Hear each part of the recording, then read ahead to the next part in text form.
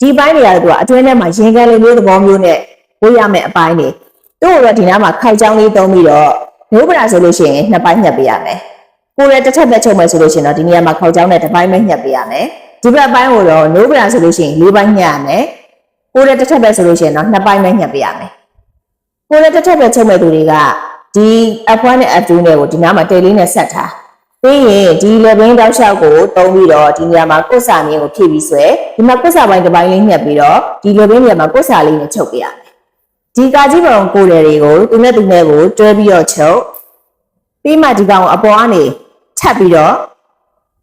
ထပ်တွဲချုပ်ရတာမျိုးပေါ့နော်ဒီနားလေးမှာ